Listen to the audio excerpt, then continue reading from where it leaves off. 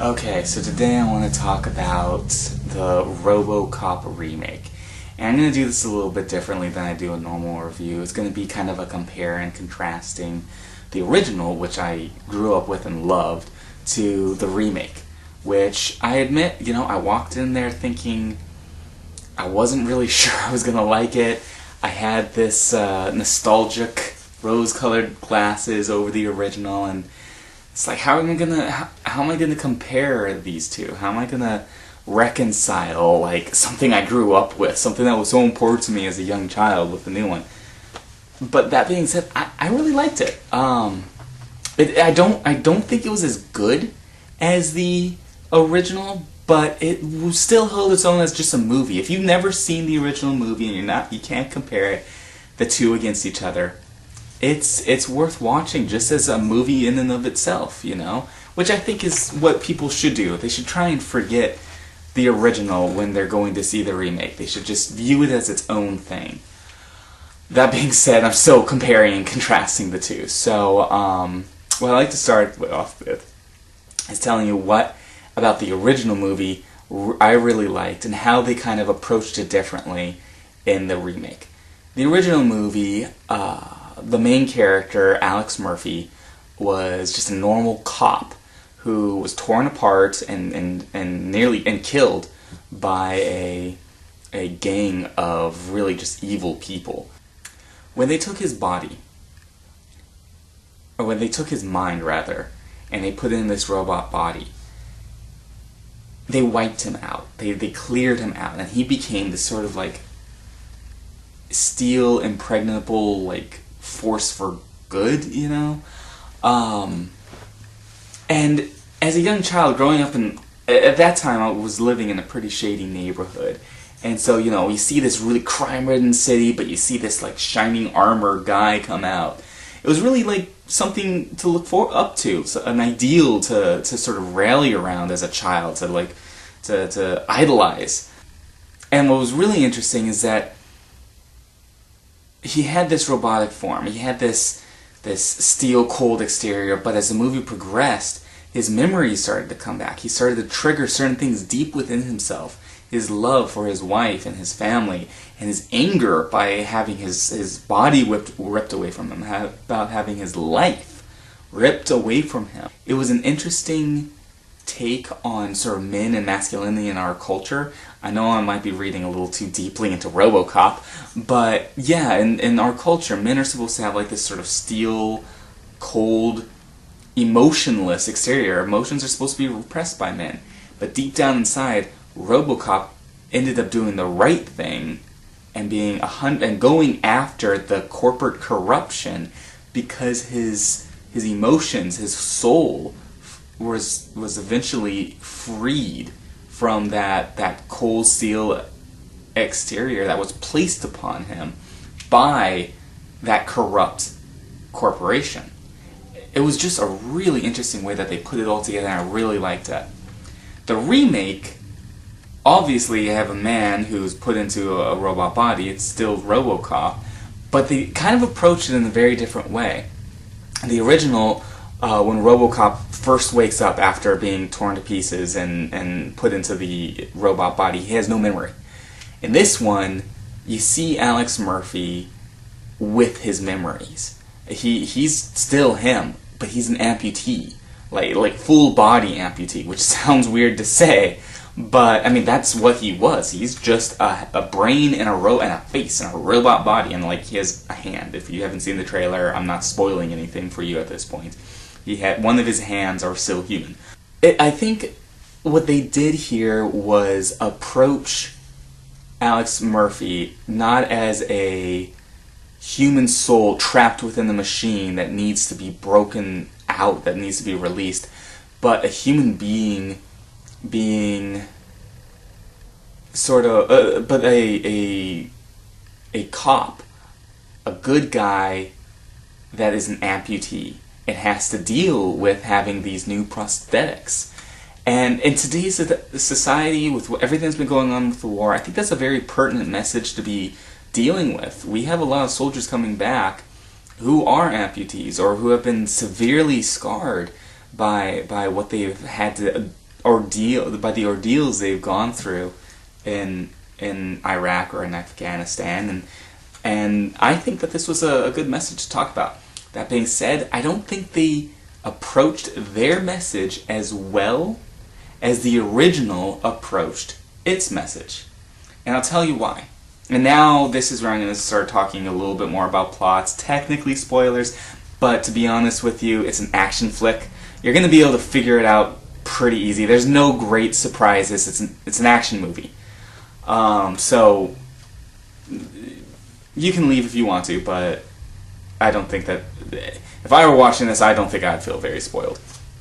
But basically, Alex Murphy wakes up with his memories. And he has to deal with being an amputee. He has to deal with his wife seeing him as an amputee. He has to deal with his son seeing him as an amputee. It's all very based around him being in this situation. But at a certain point, they've kind of shifted a bit, and the theme of being man versus machine becomes more relevant, more prevalent in the telling of this story.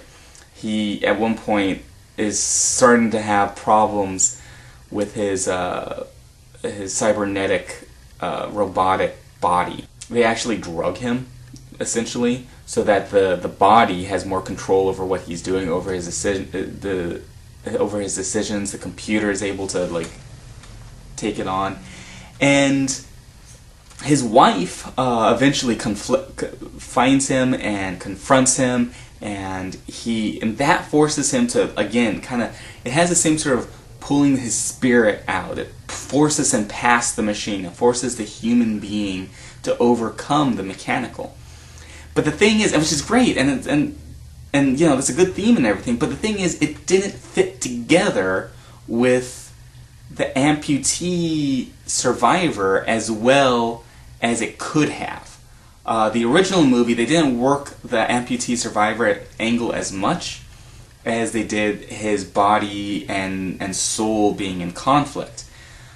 This one, they kind of couldn't really make up their mind as to what they were doing.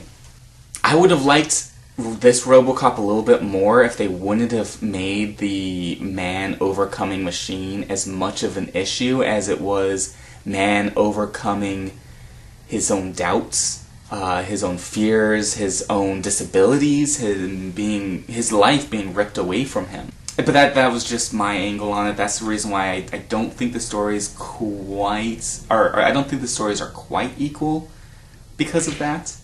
But like I said, it's still a good movie. It's still worth going to see.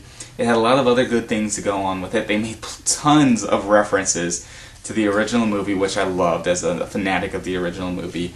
The graphics were really good. The suits, I wasn't crazy about. First off, Robocop's silver. He's not black. That just bugged the hell out of me. Second, there's this thing that they do sometimes with robot bodies, and they give them muscles. If you look at his armor, there is a lot of muscle definition almost. They're plated almost, like he's wearing almost a suit of armor, but it's a robot body. He doesn't need to have that much type of muscle look to him. The original Robocop was different. He really looked more robot than he did look like mechanical muscles. So that it kind of bugs me. Sometimes I do that with Iron Man in certain comic books and various tellings of Iron Man. It just bugs me. If it's a robot body, make it a robot body. Now, all that being said, now I do think that the original still did a better job telling its story than the remake did telling their version of Robocop. But there was one thing that I really liked in the remake that the original did not have. During the climax, the action scene, at one point, Robocop's head visor thingy gets kind of broken. It gets shattered, actually, and part of his face is completely exposed, and the other part is still protected by the visor. It was an awesome scene, seeing him fight and run, and half of his face is covered, but the other half you can see his expression, his emotions, his fear, his anger. It was really cool. I really liked that a lot because it kind of mirrored the knight in shining armor, but still expressed the feeling that you wouldn't normally get with having that helmet on there. Often in action movies, almost every single superhero movie you see, towards the climax, the superhero always loses his mask. I find that extremely annoying.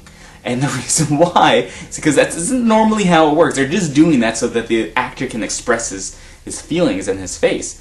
But in this situation, it worked. He still had the mask. He still had to me, it wasn't a mask. It was like I really compare Robocop to a knight in shining armor. It was his knight helmet. And it still allowed him to see expression while still possessing that identity of a knight in shining armor.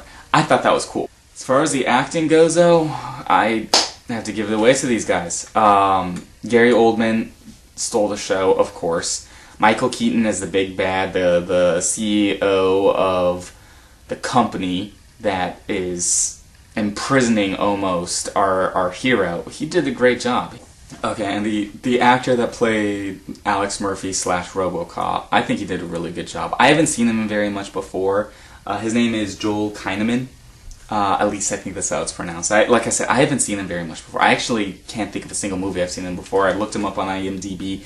I don't think I've seen anything else he's played in. But he did a good job in this. And there was a couple of scenes. I don't want to do too many spoilers. There's one in there where you really see his emotion.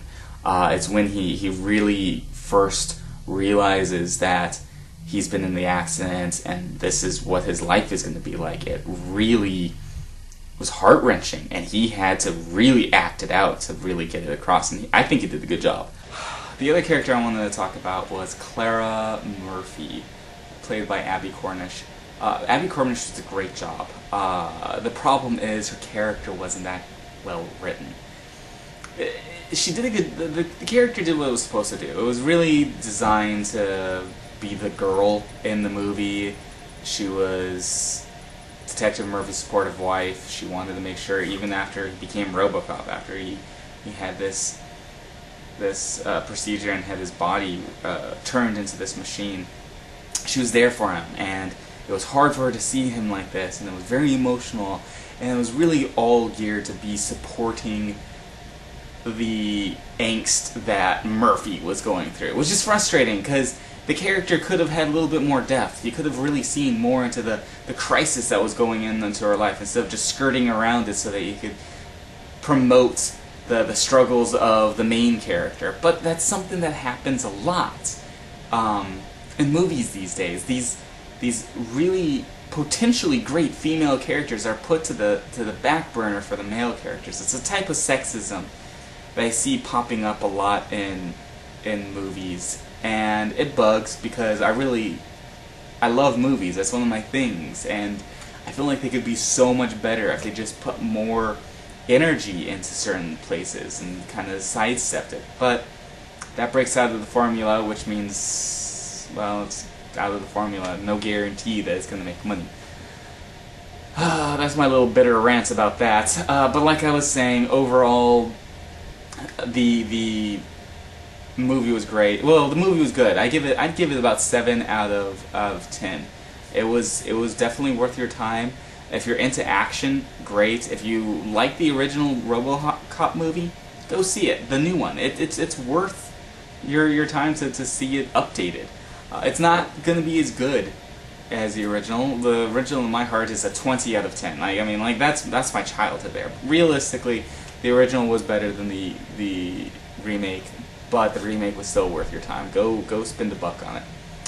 That's my opinion, and I'll hopefully be back to see you guys a little later this week. I have another movie review coming.